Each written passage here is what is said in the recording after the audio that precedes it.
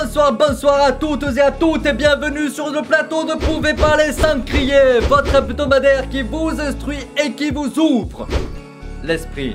Ce soir et pour continuer sur la belle lancée de la tolérance instigée la semaine dernière, nous parlerons de politique. Pour ce faire et m'accompagner dans ce débat, j'accueille Jacques Cachir.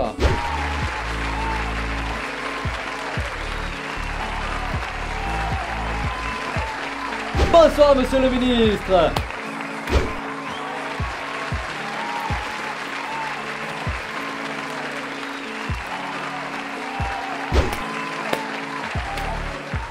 Bonsoir monsieur.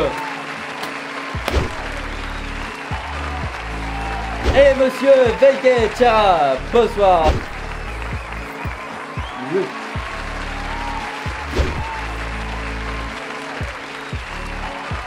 Bonsoir, bonsoir.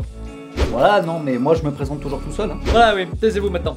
Messieurs, nous commencerons cet échange en abordant une question fondamentale qui hante la plupart des concitoyens de notre pays. Messieurs, qu'est-ce que la politique? Eh bien, françaises et français, que j'ai compris, je dirais que l'art de la politique, c'est de réguler la population. Oh, ah bon?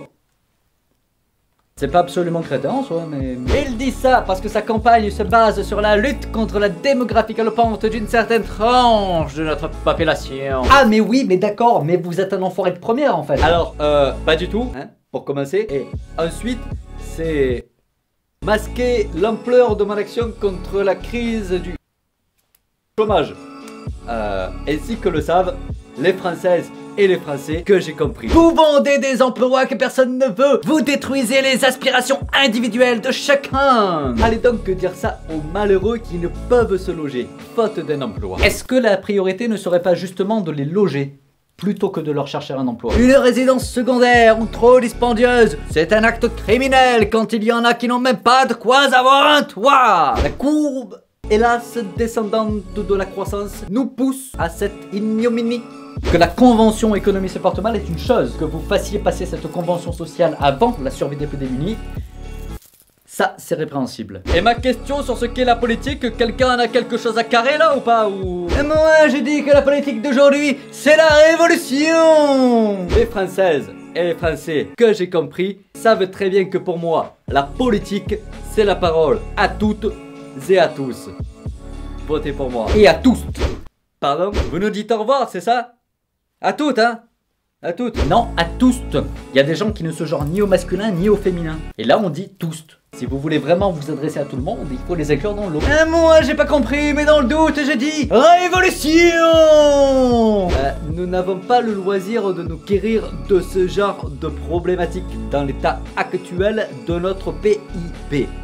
Vous avez vu les dernières actualités? C'est la foire aux fake news, vos actualités. Pour ma santé morale et mentale, j'aime autant m'en tenir à distance autant que possible. Et que des complots galactiques, les informations. Sans aller jusque-là, la révolution systémique qui nous devient chaque jour de plus en plus vitale ne fait en effet pas beaucoup la une des journaux. Parce que cette pseudo-révolution est un marqueur de régression dans notre civilisation. Le corrompu! L'écologie mérite une révolution! À mon sens, oui. Ceci dit, la question écologique ne peut plus être bazardée sous le tapis par prétexte d'autres préoccupations, sous peine de se prendre des retours de manivelle, comme c'est de plus en plus le cas déjà aujourd'hui. Vous savez, il y a des réalités économique. L'économie est une convention. Les centaines de milliers tués par pollution, eux, sont une réalité réelle. Et les sans-papiers qui se ruinent la santé à des emplois illégaux. Est-ce qu'on en parle ou bien? Ce sont eux qui choisissent de vivre en marge de la légalité. Vous ne laissez pas tellement beaucoup de choix non plus. En même temps, ça vous fait de la main-d'œuvre à bas prix. Et c'est pour ça que vous le tolérez. Si vous voulez vraiment endiguer le problème, vous savez où ça se passe. Les révolutions ont donné naissance à tous les systèmes qui ont perduré ensuite. La révolution d'aujourd'hui fera de même pour un avenir radieux. Vous êtes trop radicaliste dans vos intentions pour permettre à quelconque système d'émerger. Que tous les révolutionnaires n'aillent pas dans un sens souhaitable, c'est un fait. Mais qu'il faille une révolution sous peine de crever lamentablement, c'en est un tout aussi indéniable. Le monde est en train de se casser la gueule. Personne ne peut décemment prétendre savoir comment le sauver à moindre coût. Humain, j'entends. La meilleure porte de salut qu'il nous reste est d'essayer des choses. Au risque de se tromper. Inévitablement. Notre système démocratique occidental est le meilleur, modèle souhaitable. Il viendra à bout de cette épreuve, ainsi que le savent les Françaises et les Français que j'ai compris. Malheureusement, j'en doute, le système en place a apporté de très bonnes choses à l'humanité, faut pas tout mettre dans le même panier. Mais il a aussi engendré un paquet de problèmes avec lui. Aujourd'hui, la somme de ces problèmes devient supérieure à celle de ses bienfaits. Il est donc grand temps d'admettre qu'il faille le réviser. Révolution là! Non. Étant donné l'inertie colossale du machin, je pense ouais. Les Françaises et les Français que j'ai compris ne sont pas d'accord avec votre vision des choses. Vous le sauriez si vous regardiez un peu plus les médias qui font entendre leur voix. Les médias ne sont jamais neutres. C'est une bouffonnerie. Tous des salauds guidés dans leur seul intérêt. Il convient de comprendre que le relais d'une information n'est jamais neutre. Ce n'est pas toujours la faute à une volonté de prendre parti. On a tous nos biais et nos opinions personnelles, qui influent forcément lorsque l'on essaie de rendre compte du monde. Donc non, les médias ne sont pas neutres, parce qu'ils sont faits par des personnes, et que la neutralité absolue d'un individu est une illusion sans véracité. La croissance n'ira pas en remontant. Avec de telles idées, on nique la croissance. C'est à elle que l'on doit nos progrès en médecine, imbécile. C'est pour votre putain de croissance de merde que des gens continuent à vouloir se gaver alors qu'ils sont pleins d'une opulence déjà indécente. Tout est une question d'effort et de motivation. Ceux qui sont en bas de l'échelle ne le sont que par manque de motivation et de travail. Sur ce point-là, je pourrais presque être d'accord. Vive la rivalité et la compétitivité. À titre personnel, je trouve ça très bien. L'ennui, c'est que le bas de votre échelle implique que des gens n'ont pas le minimum vital pour vivre. Et c'est là que j'ai envie d'y foutre le feu. À votre échelle. Productivisme! Productivisme! Les jeunes, ils ont plus que ce mot-là à la bouche maintenant. Produire, consommer, produire et consommer encore. À quoi ça mène? Il faut bien produire pour vivre. Ce n'est pas moi qui l'ai inventé, ça. Malheureusement, oui. C'est votre paradigme de mettre l'économie en avant qui induit cet état des choses. En tant que geek, je suis le premier à m'extasier de la nouvelle génération de consoles ou même de la 5G. Là où je suis obligé de rogner sur mon enthousiasme, c'est quand je sais que ces progrès se font au prix de sacrifices démentiels d'un point de vue humain et écologique. Retournez donc à l'âge des cavernes si ça vous chante. On ne peut pas parler sérieusement sans être nuancé. Jouer sur la PS5 avec la fibre me ferait triper si ce progrès ne se faisait pas au prix d'une dégradation écologique catastrophique et si les efforts et les sommes qui y sont investis ne l'étaient pas en lieu et place d'efforts et de sommes qui pourraient être investis pour venir en aide à des gens qui meurent et souffrent de n'avoir pas le minimum vital. Vous parlez des immigrés, là.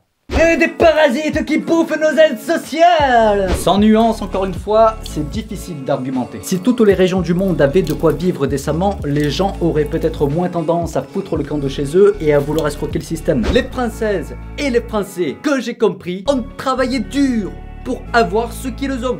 Eh bien pas tous, non. 35 heures d'effort ici permettent de subvenir à nos besoins vitaux. La même quantité de travail ailleurs, et dans des conditions bien plus difficiles, ne permet pas de s'en tirer à si bon compte. Loin de moi l'idée de dévaloriser le mérite de ceux qui se lèvent un cul gros comme ça de par chez nous pour réussir. Mais n'oubliez pas que vous partiez gagnant du simple fait de votre naissance ici plutôt qu'ailleurs. La réussite n'a rien de méritocratique. Voilà ce que je dis aux SDF avec qui je traîne. De la vermine sans volonté. Pardon de le dire comme ça. Bien faute d'en être, je ne vais pas me permettre de parler pour eux, mais il me semble qu'une bonne partie s'y retrouve simplement par la faute à pas de chance, souvent en conséquence d'un égoïsme induit par la poursuite incessante d'une croissance devenue irrationnelle et criminelle. La croissance, elle se fait toujours sur le dos des plus faibles. Et ça, c'est injuste. Il est évident que s'il n'y avait pas des malheureux exploités pour fabriquer nos petits gadgets de luxe, la croissance et le progrès auraient une toute autre gueule. Avoir deux maisons, ou simplement une, mais très grande, n'est pas répréhensible en soi.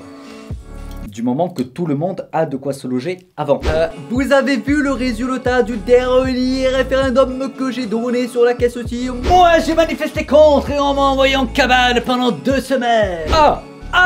Il est contre la démocratie. Le pilotage au référendum est un piège plutôt qu'une panacée. Les nuances n'y sont pas permises. La manière de poser la question est forcément influencée par celui qui la pose, et le moment où on choisit de poser la question est un facteur décisif dans le résultat qui en ressort. Donner la parole au peuple est quelque chose de très louable, mais il convient de garder à l'esprit que le peuple est une entité qui peut se tromper, être réactionnaire et voire cruel. Le but du politique ne devrait pas être de plaire, mais de faire ce qu'il juge bon pour l'ensemble de la communauté humaine. On ne peut pas être au courant de tout non plus. Wikipédia est ton ami. C'est à ça que je pense quand je dis qu'il faut donner le droit à se tromper. Aujourd'hui, qu'un politique dise qu'il a merdé, et il est irrémédiablement grillé du circuit. On lui demande des mesures populaires, directes et sur lesquelles il ne reviendra pas. La sphère de nos dirigeants a bien des défauts, mais il faut avoir en tête que la manière de l'interroger et de l'élire l'a conduit à beaucoup d'erreurs. Essayer n'est plus admissible à notre époque, non. Nous, ce qu'on veut maintenant, c'est des résultats francs, directs, immédiats. Sauf que des résultats ne s'obtiennent jamais sans une palanquée d'essais en amont. Et donc, dans le lot, une majorité d'échecs. Ne pas autoriser l'échec, c'est condamner la réussite. Il nous brise au lieu de bâtir des criminels en col blanc. Le peuple nous élit pour ça, bordel de merde. Oh, c'est bien ce que je dis. Les politiques ont de nombreux torts, faut pas se voiler la face. Mais s'ils ne cherchent qu'à plaire au peuple, c'est que le remède est d'une simplicité enfantine pour renverser la vapeur. Moi, je veux bien à la limite, hein. Mais est-ce que vous pensez que le peuple sait ce qui est bon pour lui? Et qu'est-ce que vous qualifiez de bon? La révolution. Oh ta gueule, toi, on a compris, c'est bon. Tant qu'on ne se sera pas mis d'accord sur ce qui a valeur de bon pour nous, il est inutile et stupide d'attendre de résultats dans ce sens de la sphère politique. Mais vous n'arriverez jamais à aucun consensus comme ça. Les gens pensent tous différemment. C'est une évidence. En attendant d'avoir une direction claire et précise de la marche à suivre, on pourrait au moins s'assurer que tout le monde, à l'échelle de la planète, ait de quoi se loger, se nourrir, se soigner. Révolution dans tout ça. Quand l'humanité ne sera plus en danger de mort, là on pourra s'amuser à couper les cheveux en 4 à grands coups de radicalisme pour déterminer ce que l'on veut exactement. Le faire alors que des enfants sont en train de mourir de faim en bas de chez nous, c'est être des pourritures.